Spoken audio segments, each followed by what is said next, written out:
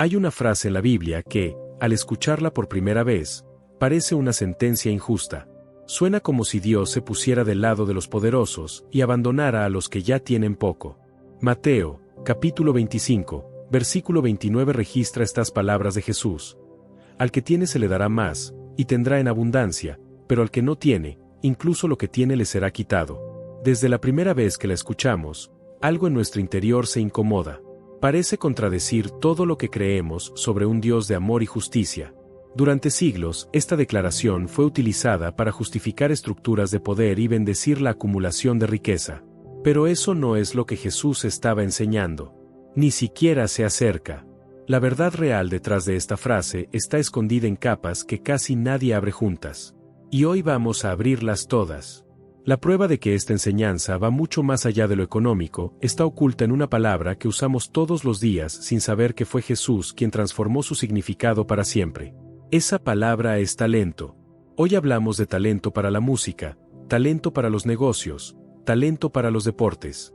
Pero ese significado no existía antes de que Jesús contara esta historia. En el mundo griego, un talento era simplemente una unidad de peso. Nada más. Y lo que esa unidad de peso representaba en dinero va a cambiar completamente la manera en que lees esta parábola. Pulgar hacia arriba si este tema ya está tocando algo dentro de ti, dale like a este video y suscríbete al canal ahora mismo, porque lo que viene va a sacudir todo lo que creías saber sobre esta enseñanza. Un talento griego pesaba entre 30 y 40 kilos. Como moneda equivalía a 6.000 denarios, y un denario era el salario diario de un trabajador común. Un único talento representaba 20 años de salario. 2 décadas de trabajo bruto sin gastar nada. Una cifra que la mayoría de las personas de esa época nunca verían en toda su vida. Al primer servidor de la parábola le entregaron 5 talentos. Eso equivale a 30.000 días de trabajo. 100 años de salario. Una fortuna tan absurda que resultaba incomprensible para cualquier oyente ordinario. Y Jesús usó esa cifra deliberadamente, con toda la intención, para que nadie pudiera pasar por alto la magnitud de lo que estaba siendo depositado en manos de ese servidor. Para entender por qué, necesitamos abrir 3 capas que casi nunca se leen juntas. Número 1. La parábola de los talentos en Mateo 25. La historia comienza cuando un hombre que va de viaje llama a 3 de sus servidores. Al primero le entrega 5 talentos. Al segundo, 2. Al tercero, 1. Cada uno recibe según su capacidad, como registra Mateo 25, versículo 15. Este detalle pasa desapercibido con demasiada frecuencia. El texto no dice según su mérito. No dice según su obediencia ni su historial. Dice según su capacidad. El Señor ya conocía a cada uno. Sabía exactamente qué podía manejar cada persona. Nadie recibió más de lo que podía sostener. Nadie recibió menos de lo que necesitaba para demostrar quién era en realidad. El primer servidor invirtió los 5 talentos y ganó otros 5, 100 años de salario convertidos en 200. El segundo hizo lo mismo proporcionalmente, 2 se convirtieron en 4. Y entonces llegó el tercero. Lo que hizo parece razonable a primera vista, cavó un hoyo y enterró el talento. Lo protegió. 20 años de salario enterrados bajo la superficie, intactos, sin que faltara ni una moneda. Y aquí hay algo que los comentadores antiguos notaron y que resulta demoledor. Juan Bengel, el teólogo alemán del siglo XVIII, señaló que cavar un hoyo y enterrar el talento requería más esfuerzo que caminar hasta los banqueros y depositar el dinero. El tercer servidor trabajó más duro para no hacer nada que lo que habría trabajado para hacer algo. Cuando el Señor regresó, los 2 primeros escucharon exactamente las mismas palabras. Bien, buen siervo y fiel. En lo poco has sido fiel, en lo mucho te pondré. Entra en el gozo de tu Señor. Mateo 25, versículos 21 y 23. El Señor no estaba midiendo la cantidad de ganancias. Estaba midiendo la fidelidad. El que ganó 5 y el que ganó 2 recibieron el mismo elogio y la misma recompensa, porque lo que importaba no era el resultado numérico, sino la actitud con la que actuaron. Pero entonces llegó el turno del tercero. Y sus propias palabras revelan algo que va mucho más profundo que la pereza. Señor, yo sabía que eres un hombre duro, que ciegas donde no sembraste y recoges donde no esparciste. Por eso tuve miedo, y fui y escondí tu talento en la tierra. Aquí tienes lo que es tuyo. Mateo 25, versículo 24. Este servidor no dijo simplemente que fue cauteloso. Dijo, yo te conozco. Dijo, eres injusto. Dijo, exiges lo que no has dado. Estaba acusando directamente al Señor de ser un explotador. Y esa acusación es precisamente lo que lo condenó. Número 2. La misma frase en un contexto completamente distinto. La mayoría de las personas cree que la frase al que tiene se le dará más aparece únicamente en la parábola de los talentos. Eso es un error. Jesús pronunció exactamente las mismas palabras en un contexto completamente diferente, y ese contexto es el que revela de qué estaba hablando en realidad.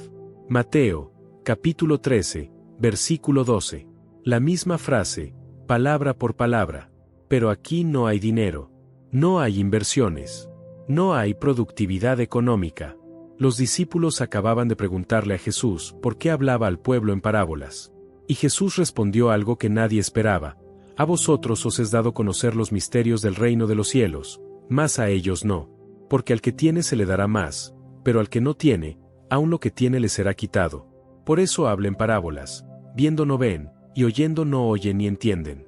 Mateo 13, versículos 11 al 13. ¿Lo ves? La frase no es sobre dinero. Es sobre comprensión espiritual. El que tiene hace referencia al que tiene un corazón abierto, al que escucha y procesa, al que recibe la semilla y la deja echar raíces profundas. Y el que no tiene describe al que oye las mismas palabras, ve las mismas señales, está en la misma audiencia, pero tiene el corazón cerrado. Y Jesús conectó esto directamente con una profecía de Isaías, capítulo 6, versículos 9 y 10, escrita 700 años antes. De oído oiréis, y no entenderéis. Viendo veréis, y no percibiréis. Porque el corazón de este pueblo se ha engrosado. Dios le dijo a Isaías que predicara sabiendo que la gente no entendería, no porque la verdad fuera confusa, sino porque los corazones ya estaban cerrados de antemano. Esto transforma el significado de la frase. No es una ley económica, es una ley espiritual. La verdad recibida y aplicada abre la puerta para más verdad. La que se ignora se desvanece, no porque alguien la quite, sino porque el músculo que no se ejercita se atrofia. Si nunca habías conectado Mateo 13 con Mateo 25, quédate, porque la tercera capa es la que más duele. Número 3. La versión de Lucas y el trasfondo histórico que Jesús usaba. Existe una versión de esta misma enseñanza en Lucas, capítulo 19, que añade algo que Mateo no incluye. Y ese algo tiene un trasfondo histórico que la audiencia de Jesús entendía perfectamente, pero que nosotros hemos perdido por completo a lo largo de los siglos. Lucas 19, versículo 11 nos da el contexto exacto. Jesús estaba cerca de Jerusalén, acababa de salir de la casa de Zaqueo. La multitud había concluido que el reino de Dios estaba a punto de manifestarse esa misma semana. Y Jesús contó esta parábola precisamente para frenar esa expectativa desbordada. Lucas 19, versículo 12. Un hombre noble fue a un país lejano para recibir un reino y volver. Para nosotros eso suena como un cuento. Pero para la gente que estaba escuchando a Jesús ese día en Jericó, sonaba como una noticia reciente. Porque exactamente 30 años antes, un hombre real había hecho exactamente eso. Herodes el Grande murió en el año 4 a.C. Cuando murió, dividió su reino entre sus hijos. Arquelao recibió Judea, Samaria e Idumea. Pero para ser confirmado como rey, tenía que viajar a Roma y recibir la aprobación del emperador Augusto. Y eso fue exactamente lo que hizo. Arquelao viajó a Roma para recibir un reino. Pero sus ciudadanos lo odiaban. Lucas 19, versículo 14 registra que enviaron una embajada diciendo, no queremos que éste reine sobre nosotros.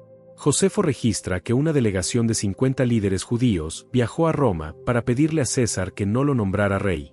Pero César le dio el poder de todas formas, con el título de etnarca y la promesa de que si gobernaba bien recibiría el título completo después.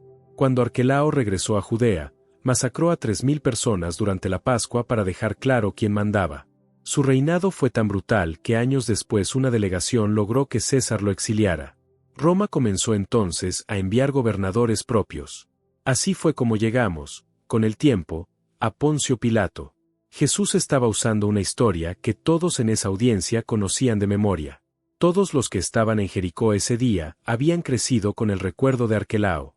Algunos probablemente tenían familiares que habían muerto en esa masacre. Pero Jesús le dio un giro a esa historia que nadie esperaba. En la versión de Lucas, cada servidor recibe la misma cantidad, una mina. No talentos. Una mina equivalía a unos 100 denarios, aproximadamente 3 meses de salario. Una cantidad modesta, manejable, al alcance de cualquiera. Y la instrucción fue la misma: negociad entre tanto que vengo. Lucas 19, versículo 13. El primer servidor convirtió una mina en 10. Recibió autoridad sobre 10 ciudades. El segundo convirtió una en 5. Recibió 5 ciudades. Y el tercero llegó con exactamente las mismas palabras que el servidor de Mateo: Señor, aquí está tu mina, la cual he guardado en un pañuelo, porque tuve miedo de ti, pues eres hombre severo, que tomas lo que no pusiste, y ciegas lo que no sembraste. Pero Lucas añade algo que Mateo no tiene. Versículo 22, dícele: mal siervo, por tu propia boca te juzgo. Por tu propia boca. Eso es demoledor. El Señor no lo juzgó por lo que no hizo.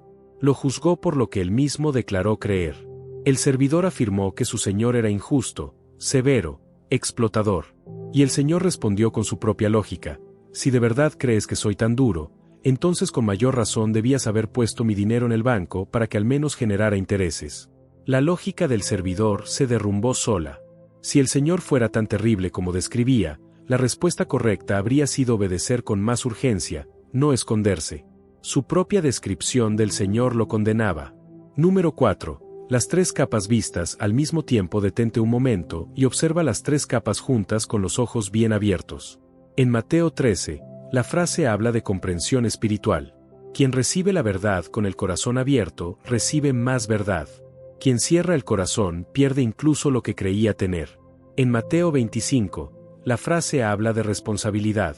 Quien recibe algo de Dios y lo pone en acción, recibe más responsabilidad. Quien lo entierra lo pierde. En Lucas 19, la frase habla de lealtad. Quien reconoce al rey y trabaja para su reino, recibe autoridad. Quien rechaza al rey pierde todo. 3 contextos. La misma frase. Y los 3 apuntan al mismo centro. Lo que determina si recibes más o pierdes lo que tienes es lo que hiciste con lo que recibiste. El servidor que enterró el talento no pecó por ser incapaz. Pecó porque tenía una imagen distorsionada de Dios. Dijo: te conozco, pero no lo conocía. Lo que conocía era su propio miedo. Y transformó ese miedo en teología. Dios es cruel, exigente, injusto. Desde esa imagen, la única respuesta lógica fue no hacer nada. Protegerse. Enterrarse. Piensa en algo cotidiano. Una persona recibe la oportunidad de enseñar a niños o liderar un grupo pequeño en su comunidad de fe. Algo modesto, como una mina. Y dice: no estoy preparado, me falta conocimiento. Entonces rechaza la oportunidad y la entierra en un saco de inseguridad. Un año después sigue en el mismo lugar porque la única manera de aprender a enseñar es enseñando. La única manera de que la mina se multiplique es poniéndola a trabajar. Ahora piensa en otra persona que recibe la misma invitación y dice sí, aunque le tiemblen las manos. Empieza, se equivoca, estudia más y mejora. Después de un año entiende la escritura de maneras que nunca habría alcanzado leyendo sola, porque tuvo que responder preguntas reales de personas reales. Una mina se convirtió en 5. No por talento natural, por fidelidad en lo pequeño. Esto no fue algo exclusivo del Nuevo Testamento. Proverbios 9, versículo 9 ya lo había dicho siglos antes: da al sabio y será más sabio. Enseña al justo y aumentará su saber. La misma dinámica descrita con otras palabras. Quien recibe sabiduría y la aplica, crea capacidad para recibir más. Lo que ejercitas crece. Lo que abandonas se deteriora. Pero hay un reverso oscuro de este principio que casi nadie quiere mirar. Oseas, capítulo 4, versículo 6. Mi pueblo fue destruido porque le faltó conocimiento. Por cuanto desechaste el conocimiento, yo te echaré del sacerdocio. Israel recibió la Toure, los profetas, la ley y las promesas. Recibió más que cualquier otra nación en la historia antigua. Pero cuando enterró ese conocimiento en rituales vacíos y obediencia superficial, comenzó a perder lo que tenía. No porque Dios lo quitara arbitrariamente, sino porque la verdad que no se vive se convierte en ruido. Y el ruido no transforma a nadie. Y eso es exactamente lo que Jesús estaba diciendo en Mateo 13 cuando citó a Isaías: de oído oiréis y no entenderéis. La verdad estaba disponible. Las palabras sonaban igual para todos. Pero los corazones habían acumulado capas de dureza espiritual que impedían que la semilla llegara a tierra fértil. El servidor de la parábola devolvió el talento completo, intacto. No robó nada. No lo perdió. Desde afuera parece responsable, parece prudente, parece que hizo lo correcto. Pero el Señor no le dijo prudente ni responsable. Le dijo malo y negligente. Mateo 25, versículo 26. Y la palabra griega que se traduce como negligente es oneros, que literalmente significa perezoso por miedo. No es la pereza de quien no quiere trabajar. Es la parálisis de quien no se atreve a actuar porque tiene terror a equivocarse.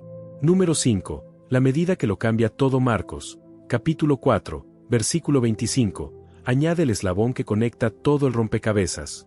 Marcos coloca esta frase inmediatamente después de decir, con la medida con que medís, os será medido, y aún se os añadirá. La medida. Esa es la clave que abre todo. No es cuánto tienes. Es con cuánta atención recibes lo que se te da. Con cuánta intención aplicas lo que oyes. Esa medida determina lo que recibes después. La frase no es un decreto arbitrario, ni una ley de mercado disfrazada de teología. Es una consecuencia natural. El que actúa desde la confianza genera más oportunidades de recibir. El que se paraliza desde el miedo pierde incluso la posición que tenía. El Señor dijo, quítale el talento y dáselo al que tiene 10. Mateo 25, versículo 28. Los presentes objetaron, Señor, ya tiene 10. Y la respuesta fue la frase, al que tiene se le dará más. ¿Por qué? Porque quien fue fiel con 5 demostró capacidad para manejar 11. Y quien no hizo nada con 1 demostró que no tiene capacidad ni para eso. No es favoritismo. Es confianza comprobada en lo pequeño. Número 6. La recompensa desproporcionada que Jesús prometía. Hay algo más antes de que este video termine. En Mateo 25, versículo 21, el Señor le dice al primer servidor, en lo poco has sido fiel. 5 talentos, 100 años de salario, y el Señor lo llama poco. Lo que Dios tiene reservado para los fieles es tan inmenso que 100 años de salario resulta insignificante en comparación. Es una declaración deliberada sobre la naturaleza de la recompensa que viene. Y en Lucas 19 la recompensa no fue dinero. Fue autoridad sobre ciudades. El servidor comenzó manejando 3 meses de salario y terminó gobernando 10 ciudades. Jesús estaba declarando que la fidelidad en lo pequeño no produce una recompensa proporcional sino exponencial. Más allá de lo que la mente puede calcular. Pero al que enterró la mina se la quitaron. Y al que enterró el talento lo echaron a las tinieblas de afuera. Mateo 25, versículo 30. No porque Dios sea cruel, sino porque el servidor ya había decidido que Dios era cruel. Dios simplemente le concedió habitar el universo que él mismo había construido, uno donde el Señor es injusto, donde el riesgo no vale la pena, donde lo más inteligente es esconderse. Ese universo no tiene luz, ni gozo, ni abundancia. La primera vez que Jesús dijo esta frase estaba explicando por qué hablaba en parábolas.